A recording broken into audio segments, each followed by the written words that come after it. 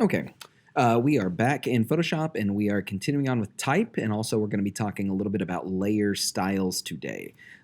So I'm going to create another blank document. This time, let's just make one that's 11 by 17, and that gives us this plain white document. So we've already talked about how to add type, the difference between point type and paragraph type, some of the different types of fonts. And we also talked about how to add fonts into Photoshop as well.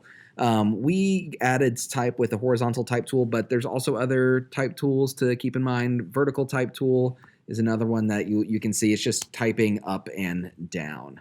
But predominantly, most of the time, you're going to be using your horizontal type tool to add text.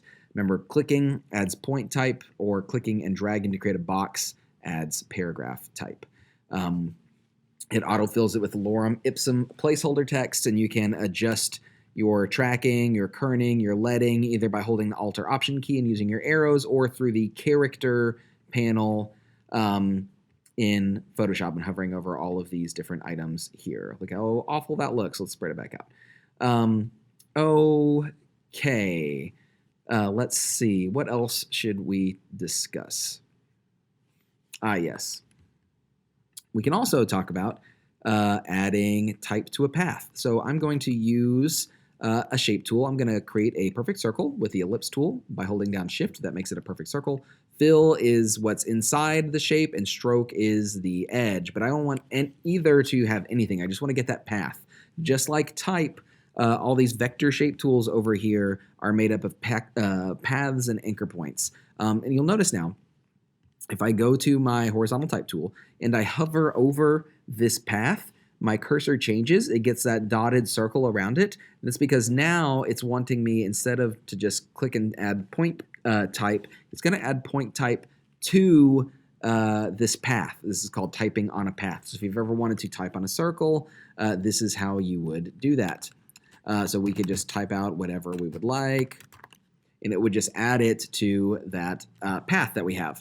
Let's get a different shape here. Let's go to the polygon tool, and we'll make out a little polygon there.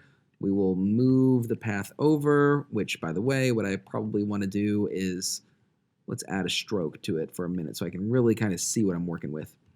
All right, there it is. And if I go back to my type tool, same thing. Because it's a path, it will automatically type directly onto the path. So whenever I'm typing, it will add it to that. So that's how you can get that type of results. You can also, if you hover inside of a path and click, it will automatically fill the inside of the path with your type there. So I've got a whole lot of layers going on here. Let's select all of them and delete them. Let's undo that for a minute. Let's say that you do have a lot of layers and you want to sort of filter through your layers so you can see only certain ones. Up here, right next to the word kind, is how you can do that. You automatically know that your type layers are represented by the big capital T, and if you click that, down here it will only display your layers that are type layers. If you click on the one that looks like paths and anchor points, it will only show those types of layers. This one will show raster JPEGs, and this one will show adjustment layers. We're not going to filter this. We're just going to select all of these and throw them in the trash, and then let's actually just close this document out. All right, now we're going to talk about what your lab work is for this week. So I'm going to create a new document. I'm going to come all the way over here to the film and video section, and I'm going to select this template, this preset, HDTV 1080p. So this is for a video. Let's change the resolution actually to 300, and my background contents, instead of being white, let's make them black, and I'll hit create. That gives me this document. The cyan lines you see are called guidelines. This document automatically has guidelines for me. Whenever you're working with video, we actually call those the title safe area. So I want to put all the important stuff in the middle of this document. Let's see, let's close that. So I'm going to go to my type tool. Your project for this week is to create a movie title. So you're coming up with your own movie title, and then you're decorating it so that it looks the same way that real movie titles do. And we're going to use layer styles in order to do that. So I'm going to click to add point type. And it will autofill it with my lorem ipsum placeholder text. But now I need to come up with a name for our movie. I'm going to turn on my caps lock, and we'll type the, and let's see. Let's say the type. Let's spell it correctly. We'll call it the typographer. We will center it. Does not look very centered to me. Let's do this again. The. There we go. Now it's centered. It centered the word typographer, but not the. All right, so we can see right over here that we are going outside of the title safe area a wee little bit. So what I can do is I can select this, hold Alt or Option, and adjust the tracking there. Now, I'm not even sure that that's going to be the final font that I want to use. This is Futura. If I wanted to, I could select the type, click inside of the list of fonts over there, and use my arrow key to cycle through until I find a font that I feel like represents what I'm looking for. And I have quite a few fonts, but you might not have as many as I do, or you might have more. Let's see. I kind of liked our first one. I haven't seen anything that looked better than that yet. I'm looking for a thicker sans serif font, so it doesn't have any of the feet on it. And I do think I'm just going to go with Futura, but let's see what we've got here of the different types of Futura. We'll do condensed extra bold. So here we have that. Let's actually get rid of the word the here. We'll get rid of that line. We'll move it down here, and we're going to re-add the on its own layer. Now I can actually move these independently of one another. We can make the word the a lot larger. So here we have the typographer, and we can adjust the tracking of just this word, make these letters a lot closer together. Looks like the spacing is a little bit different between the T and the H than it is between the H and the E, so we'll adjust the kerning there. Still looks a little bit different. Let's space it out more there. All right, I'm going to drag my own guideline over here because I want to make sure that they line up perfectly on the left edge. You can drag a guideline out from your rulers. Your rulers can be displayed under the View menu, View, and hit Rulers, and that will pull them out. If you're real OCD about that type of stuff like I am, you'll probably end up doing that all the time. All right, let's go down here to Typographer. Let's adjust the tracking on that. And we'll hover over this. There we go. And we can also adjust the size a little bit as well. Let's go back to our Move tool. Okay, we're going to leave it just like that. Not my favorite thing, but for what we're doing right now, this will be okay. And let's actually move this right dead center. Here we go. We'll get rid of our character panel for now. Let's go away. So what we're going to do is we are going to design this to make it look more like an actual movie poster, and we're going to do that through the use of layer styles. You can access layer styles in one of two ways. Down here at the bottom of your layers panel, there's a button that says FX, and if you hover over it, you can see that it says Add Layer Style. You can do the same thing over here under the layer menu. You'll see Layer Style. All of these things, some of which you might have seen before, these are all called layer styles. What I'm going to do is I'm going to go to Gradient Overlay. That will pull this up. So here I have my gradient overlay layer style. All of this is, it's my layer style dialog box. I can change this. I can modify all of the different aspects of this. It previewed the default one, which is probably the last one that I've created, but let's do this. Let's make a white to black gradient. I'm going to not make it a radial gradient, but instead a linear gradient. And let's have it coming from the top, right about 90 degrees, and we'll knock the opacity of it down a little bit. We could change the scale if we wanted to as well. So we've got that. Next up, we're going to add a little bevel and emboss. That gives it that three-dimensional quality to it. We turned it on by checking it, but then you can modify it by clicking on the words. And you can see all the different options that you have in here. And you can even make your own. Let's try emboss. And we'll move this up a little bit.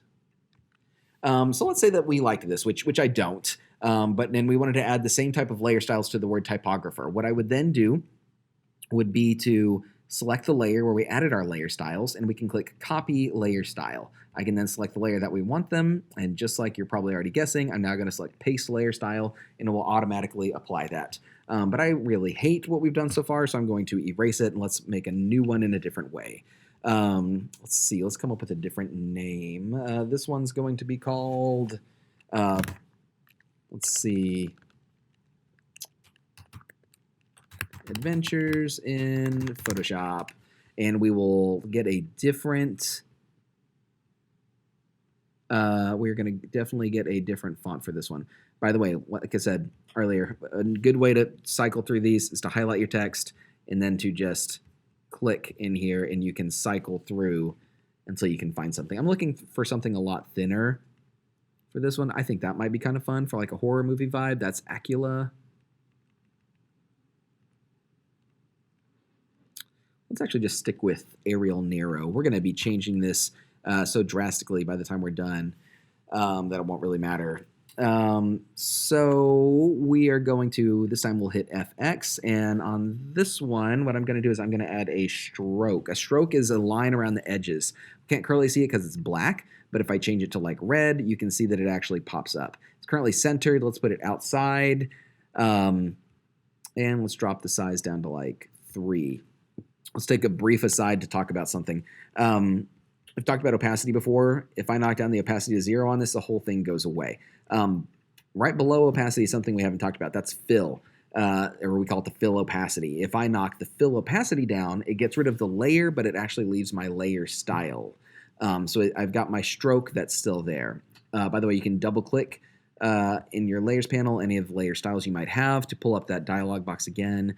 For this one, I'm going to add an outer glow, and we're going to make the outer glow red, and we're going to make the outer glow very noisy, just like this.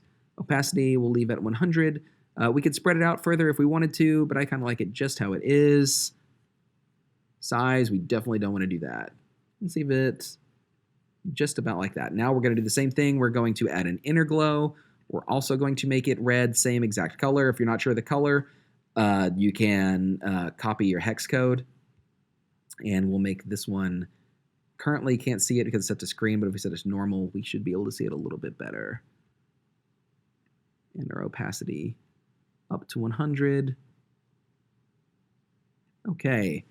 So we've got that. If I didn't like the color, I could modify it, but I'm fine with it. We could also add a little gradient overlay if we wanted to as well, but I'm not going to do any of those things. So I added a red stroke, which let's see what it looks like without the stroke. And just turn it on and off. I feel like I might like it better without it. Let's see what it looks like with the different colored stroke. This is a white stroke. Yikes. Let's just turn the stroke off. So we just added a red inner glow and a red outer glow to this one. So those are a bunch of different layer styles that I added to this one. If I really actually did like this, and this was something I wanted to use a lot, I would pull up my styles menu or my styles panel. And if I have the layer selected that has the layer styles, I just hit this button, which is the create new style button. It'll ask me what I want to save it. We can call this one strange style. Make sure we include our effects. I'm not going to add it to my library, but if we hit OK, it adds a new little dialog box right there. These are all the default ones that are in Photoshop that you can see. As I click on them, it's modifying the different types of layer styles that I have in this one. The default ones are not very great, but if we hit this and click on these other ones, let's click on Text Effects 2 and Append. It will add new layer styles into my document. I suggest making your own, or you can use things like Google to search like how to create neon text in Photoshop, layer styles, and it will show you how to do that, or how to recreate the Avengers logo in Photoshop, and it will tell you how to do all that stuff using layer styles. You can make text look like fire, you can make text look like water, anything you want. What I'm going to do on this one is going to go back to the one that we had there. We'll go back to the typographer. The typographer. And then if I wanted to copy those same layer styles, I could copy and paste them, or if I saved it, I could just apply it by clicking it there. And then I could select these layers, move them wherever I want to. For this one, I'm actually going to make the word "the" a lot larger right here in the middle. We'll adjust our kerning a little bit. Maybe we make the "T" even bigger.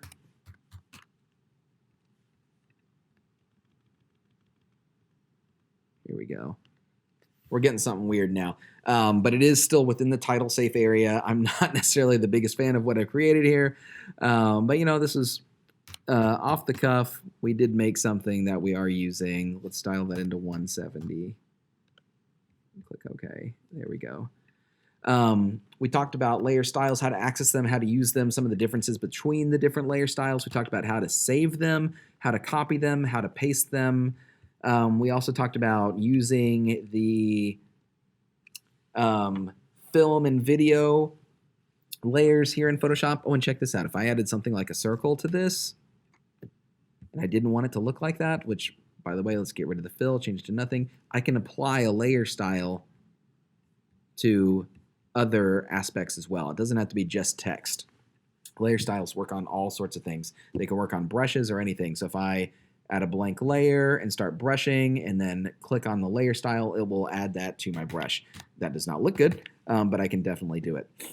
So your lab work for this week is to do what I just did. Create a blank document using one of the film and video presets, and to come up with a title for your movie, and then to design a movie title using typography and layer styles that visually represents your movie. Some of this stuff you're also going to be using for your midterm, which is create your own infographic, but that covers information we've learned for the whole semester so far.